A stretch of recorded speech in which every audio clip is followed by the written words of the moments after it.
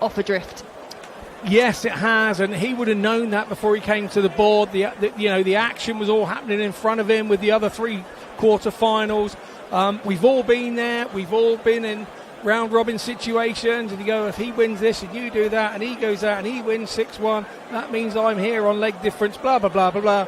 The bottom line is you've got to just get rid of all that and actually go and play, go and win the game, worry about it after, because W's put points on the table. You don't have to worry about legs difference then, just go and keep winning. That hasn't happened, but so now he's been gapped again. Only a couple of weeks to go now. We're running out of games for these guys to catch up, and we're seeing a bit of a 3-horse race for me for that 3rd and 4th spot. Yeah, I agree. Well, another one that's kind of keeping himself in contention, who will face Gerwyn Price in the second semi-final this evening, is Rob Cross. He obviously got that confident 6-1 win over Stephen Bunting, and I don't know if you'll agree, Scott, but I think the best thing that Rob Cross there was just didn't get embroiled. He was totally just goes about his game in a certain way, because it could have been easy to get wrapped up playing the local hero Stephen Bunting. I did actually mention to Dance there just before, at the end of that game, that we saw Rob Cross being very professional there. He knows what it's like to play in front of his hometown. He knows how nervous it is.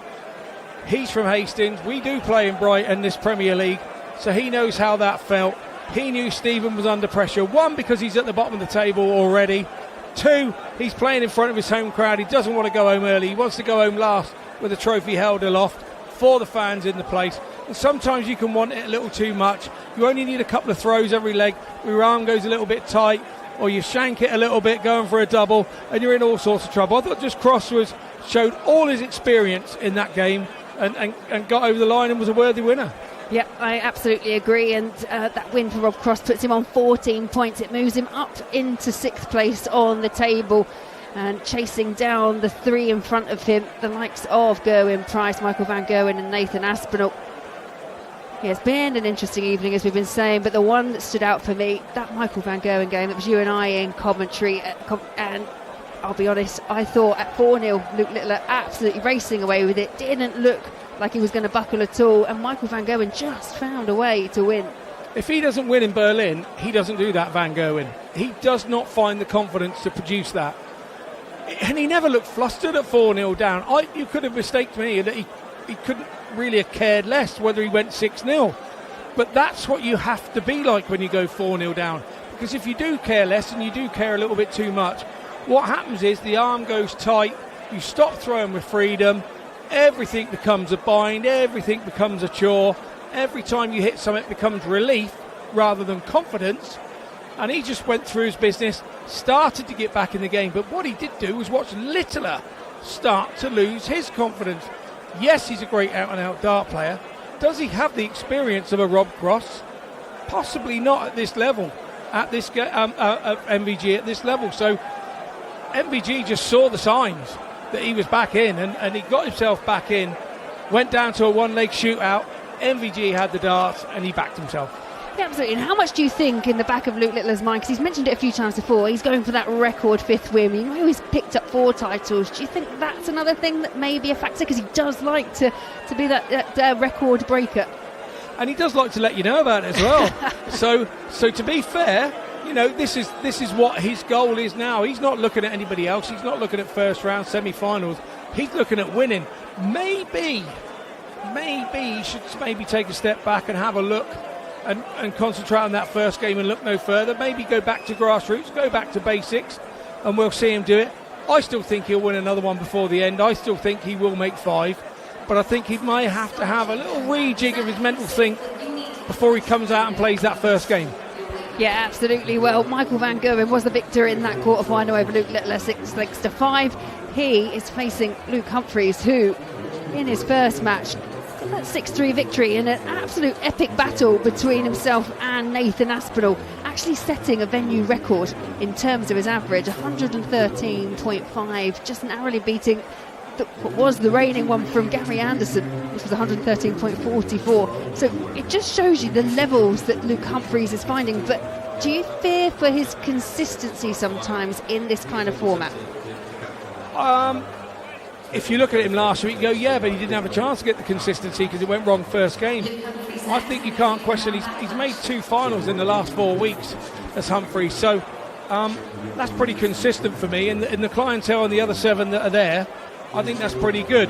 Whether Luke sees it as that, between his 2 lug holes, that's another story.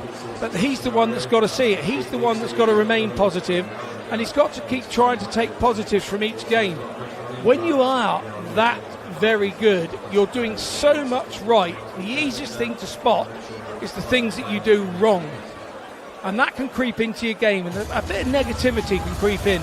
So he's got to be careful that he doesn't go into doing that and stop himself. That's the bottom line, because that's what happens. The negativity is just you stopping yourself. Yeah, absolutely, because I've heard Luke Humphries when he's been talking about things, and he is striving for perfection, like all these players are, and you can watch him sometimes. When that third dart doesn't go, there's a bit of a bone of contention for him. He can get those 2 straight ones, can't find the third, but he definitely found the third in his opening match. As we say, that was a 6-3 win for him, and that solidifies his place really at within the top 2 of the table. He's starting to really chip away at Luke Littler's points. Yeah, and I've got to say that we all seek perfection as dart players, and we want the perfect legs, and if you've got 1 dart in the 20, you want a 140. That's only natural. But that's all started by our Uncle Phil, isn't it? He started all that business, tinkering with his equipment, trying to get that extra 2%, brainwashed everybody of a certain age that that's what we should be doing. Everybody started changing from square flights to round ones to pear shaped to whatever. We were trying everything, short stemmed, long stemmed, and you've got to say that these guys that are at the Premier League now were part of a generation listening to that. And so that's why they all seek the perfection that they feel Phil Taylor had. But did he? Or did he have it in his head over the rest of the field at the time? And I think it was a bit more than that he was actually throwing perfection. Yeah, I do tend to agree. And actually another thing that they could probably learn off the likes of Phil Taylor and what Luke Humphries has spoken quite openly about is the schedule. Obviously we didn't see Luke Humphries at the most recent Euro Tour in Munich, and he's not going to Graz either. He really is managing the diary to suit his own situation, and I don't know what you feel, but for me this is becoming all more important because we've never had so many tournaments. Yeah, absolutely. And I think we talk about Phil Taylor. Phil's brought it up in a couple of interviews where he said the schedule now, was not there when he was playing. He said by no means did I feel fresh every week. There was still enough of a schedule for that, but this is just unscrupulous, the schedule that is being thrown at these players at this particular moment in time. And I just think that yes, that we spoke about it last week here, that some of the scheduling, particularly in this period, this 2 or 3 week period, some of the guys here at the Premier League were going to have to give something up. Otherwise you end up turning up a bit of a zombie, going through the motions, fed up with not sleeping in your own bed, not having your own pillow to put your head into. It all makes a massive difference, and all these little things build up that you don't like and you're not happy with, and then you're not playing well, then you're not, and you can get yourself stuck in an awful rut, and that's the worst thing. So the guys are managing themselves. They're saying, hang on a minute, I'm not doing that Pro Tour, or I'm not doing that Euro Tour, or I'm not doing this next one. And I think it's a good thing. And also, without them being there, it offers opportunities to the next bunch in the standings who have an opportunity that the top 3 or 4 or 5 aren't there. They have a chance to leapfrog, like Johnny Clayton, who's now the number 1 seed for the next one. Yeah, absolutely. I think it's 10 out of the top 20 that actually aren't heading over to Austria for the next Euro Tour. Well, here in Liverpool, players will be starting to make their way down to the walkway. And how do you see this one going? Got Humphries taking on Michael van Gerwen, and you can hear John McDonald just calling up what will be the green machine making his way to the stage, first of the pair. Live on Sky Sport from the fantastic city. I saw a cow in the crowd then. I don't think it was a real one. It looked cold. It might have been a Frisian. Welcome back, our players. Have you been saving that? That's terrible, Scott. Come on. I've been waiting 3 weeks for a pantomime cow in this crowd. It's all right for you. You're usually there. 7 Premier League titles and a 3-time champion of the world, mighty Michael.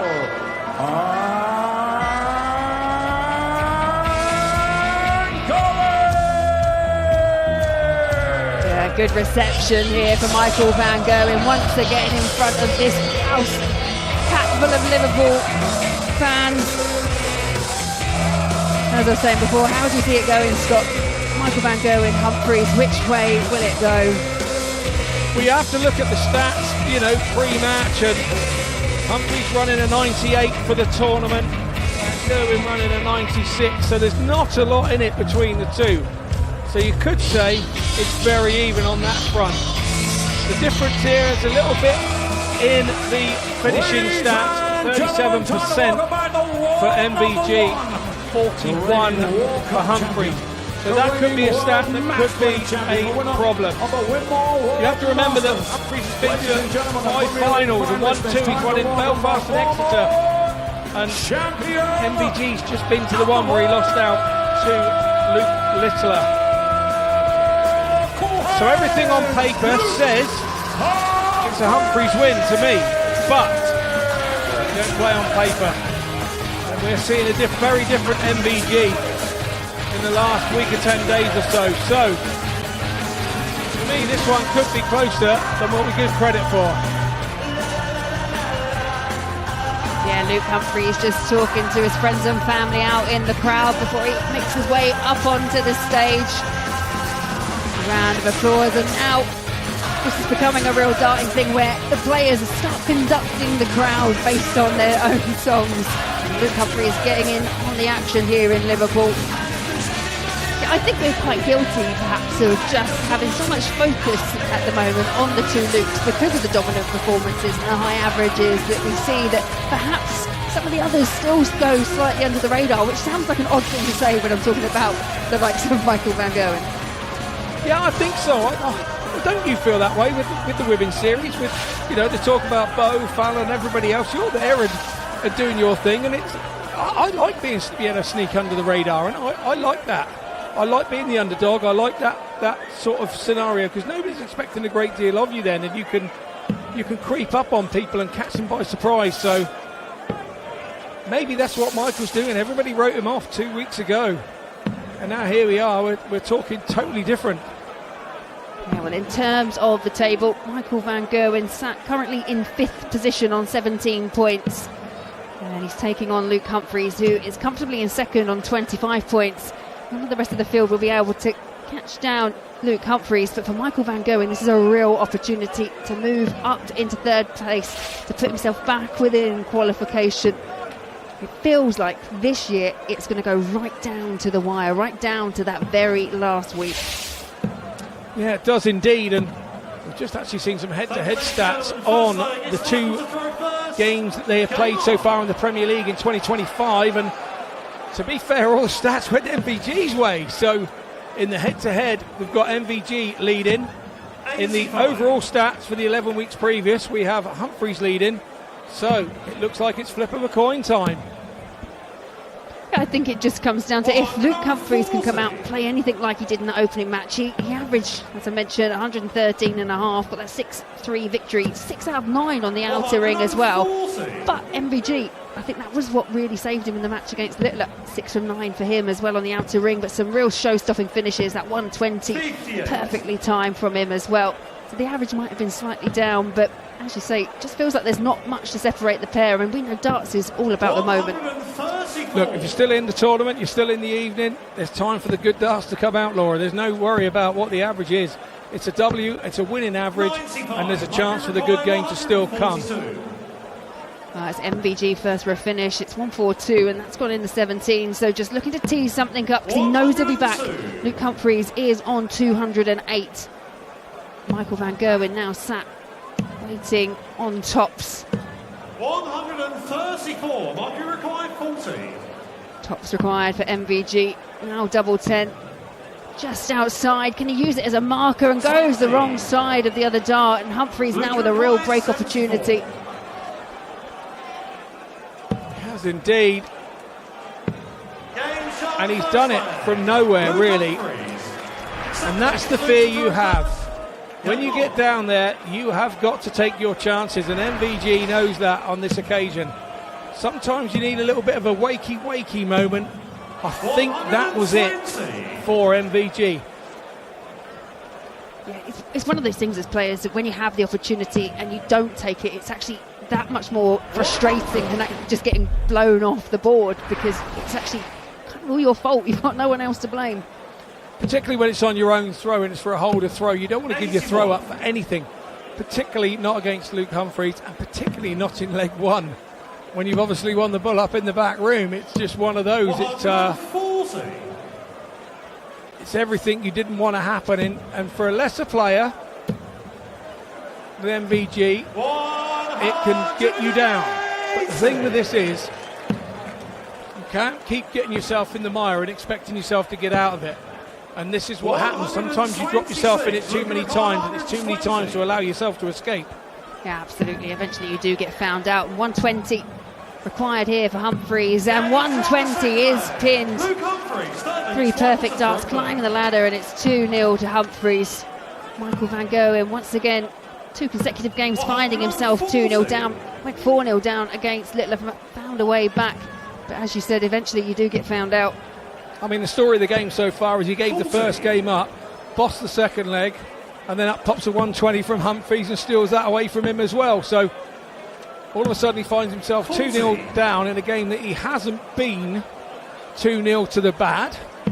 But unfortunately, he's now starting to have non-treble visits and opening the door for Humphries to kick down early doors here in this semi-final. 140.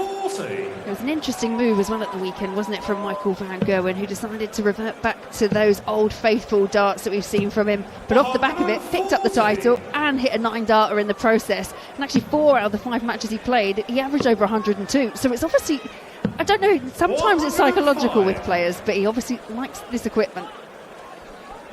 Yes, he does, and the equipment with Michael for a couple of years have been a real stumbling block in the social media and in the press.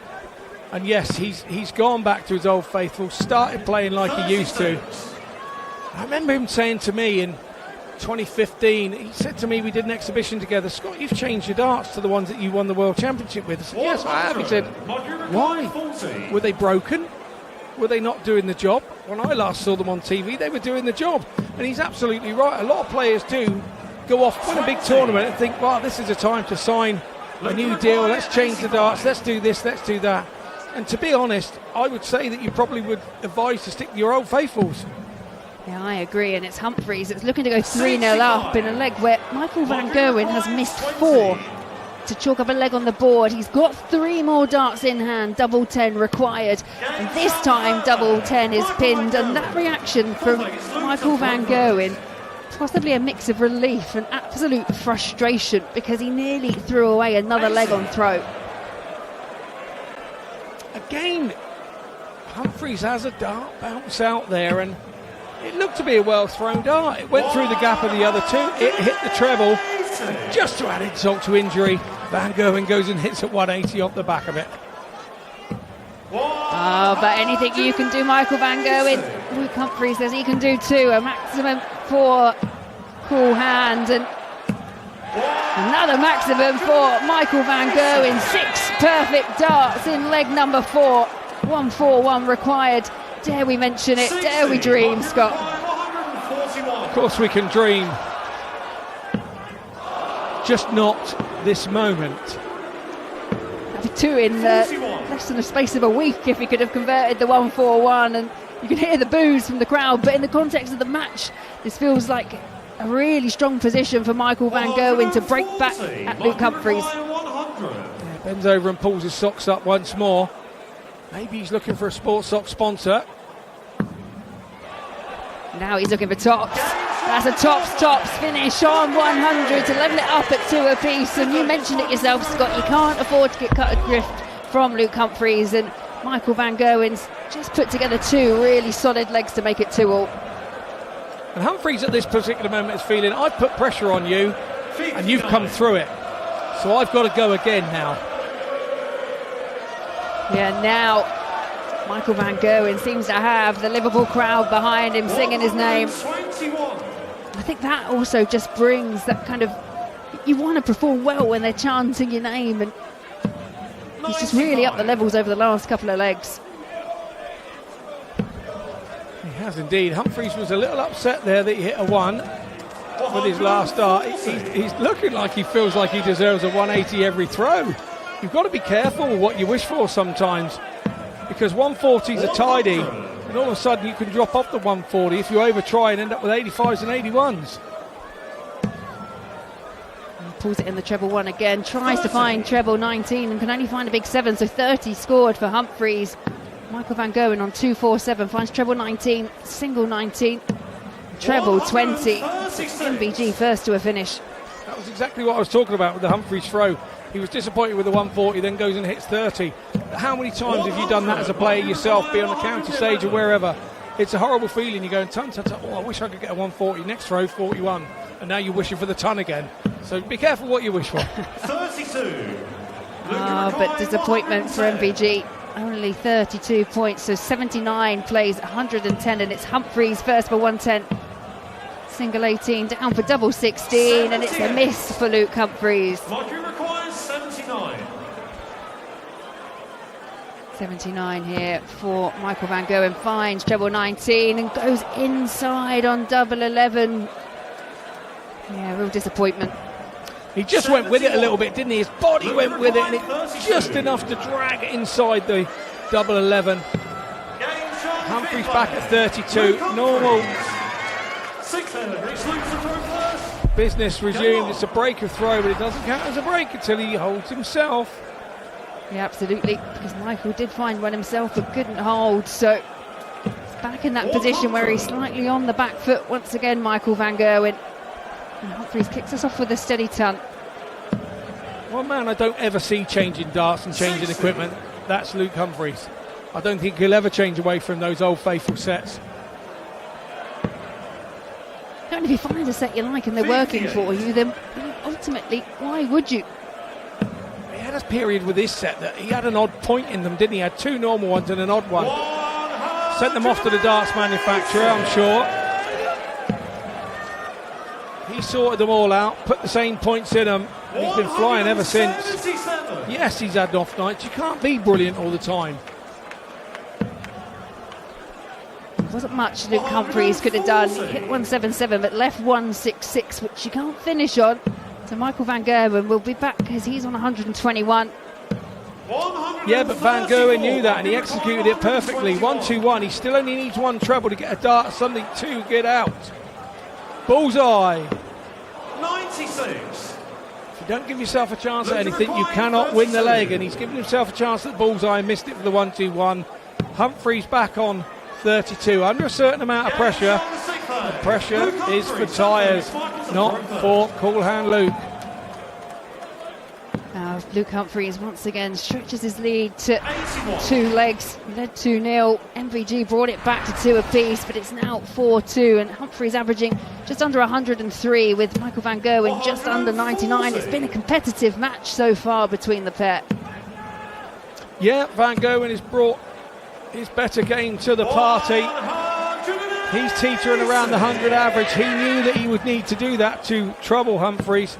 6 180s in the match. 96. Yeah, and 4 of them have gone the way of Michael van Gerwen. Just seems to be finding his range just at the right time. 100. And again, first to a finish. 140 for Michael van Gerwen. Plays 265 for Luke Humphries. 171. Pressure asserted to the van Gerwen throw from Humphries. Van Gerwen won't go. He had 140, 2 single 20s and a third. It's a trebleless visit. So Humphries now the favourite on 94. Hits the treble 18. Under the wire on double top. Inside the wire on double 10. Van Gerwen, if he stays straight here, should get 1 dart. If he hits the treble, he'll get 2. Well, he does hit the treble. It's 2 at double 10. Just outside. 60. Once again, can't use that marker. It's 2 more darts come and gone for Michael van Gerwen. Humphries has a chance here to lead 5-2. Double 5 high with the first 2. Adjusts well with the last and leaves his hand hanging as he pins double 5 and stretches his lead to 5-2. Yeah, a bit of peacockery there, wasn't it, from Humphries? That was to let MVG know, I am 5-2 up now. This is my match to lose. I'm going to take this home. Yeah, and arguably, if you look at the way that the table is, this is the tougher quarter to try and come through, because it contained the likes of Luke Littler, Michael Van Gerwen, Luke Humphries and Nathan Aspinall all kind of in and amongst those top qualification positions. So you sense it's a real opportunity for whoever gets through this tour. Yeah, you just got to look at it. Week 8, he was in the final. Humphries in Newcastle. Week 10, he was in the final in Manchester. Here we are, week 12. He's looking like being in the final again. 85. Michael Van Gerwen trying to put up some resilience. 5th maximum found for him, and he's back in the treble 20. Switches, finds treble 19. 136 scored, 70 required when Michael Van Gerwen comes back. Luke Humphries back on 260. 65. Michael requires 70. The single 18, single 20, double 16, and that's quite a way off the target. Rushed it a little, Michael, there, didn't he? Rushed it. Bit of a wry smile on his face with angst, I think, is the two that we put together there. Well, no angst this time for Michael Van Gerwen. Finds double 8, second dart of asking. Reduces the deficit once again to 2 legs, but Michael Van Gerwen needs to be perfect from here on in. He cannot afford to lose any other legs or he will be out. Kicks it off with a 140. For me, he can't look past this leg. He's got to hold this throw. He can't look past it. He's got to look at his next 3 throws. Needs to be rounded about at 12 darts. He needs to be rounded about a double to get there first. That's the secret to this one. He's got to get there first. 140s back to back. He's given it a good go. Yeah, and it's a testament, really. Michael Van Gerwen is averaging around 102. But he's 3 from 16 on the outer ring. It's around 18%. So his scoring has not been the problem, but his finishing in this match particularly has been an issue. 62. Strange. He should never have stayed there, Van Gerwen. He should have went back up to the top. He was trying to search out a 19. 131. To leave a finish. Unfortunately, he's left 159, so just trying to set up, but Luke Humphries has the match-winning opportunity here. 130 for Luke Humphries for the match. Single 20 found. Treble 20, ball for a 6-3 win. 99. Pulls it low into the 19. 58.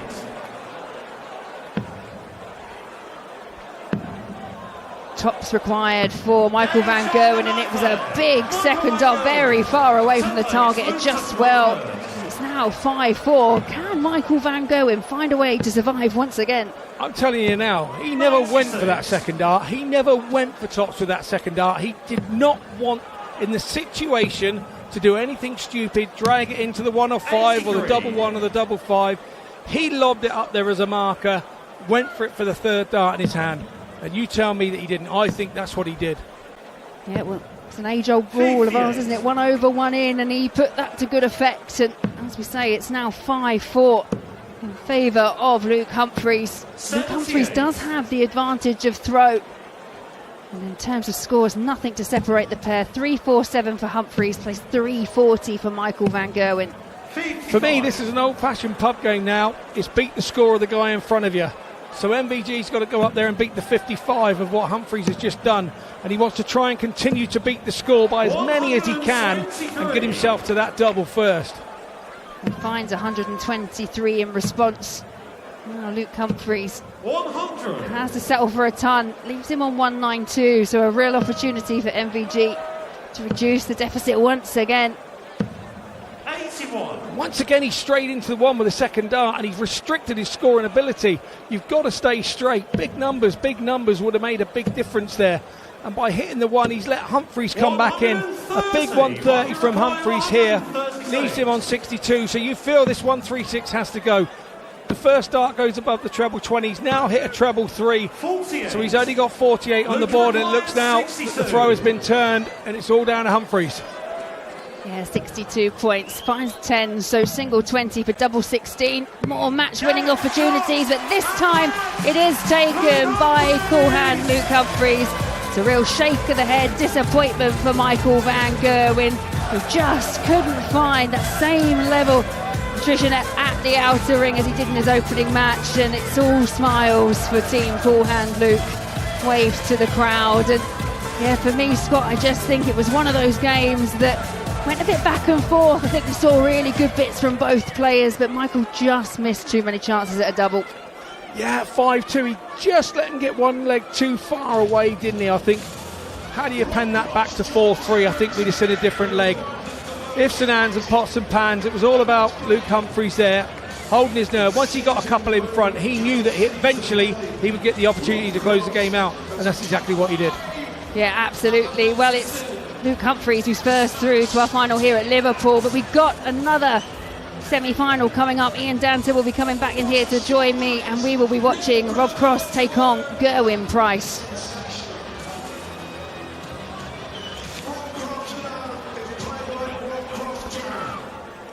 Now, when it comes to the Darts Premier League, the last thing you want is an online mishap throwing you off your game.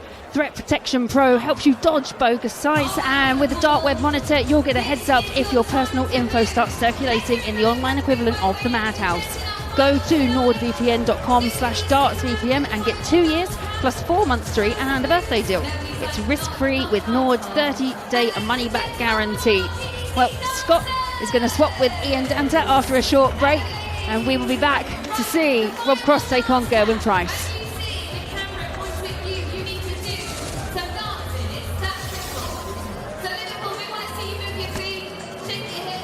Roll your head, and if you need inspiration, you've got the PDC dancers right behind.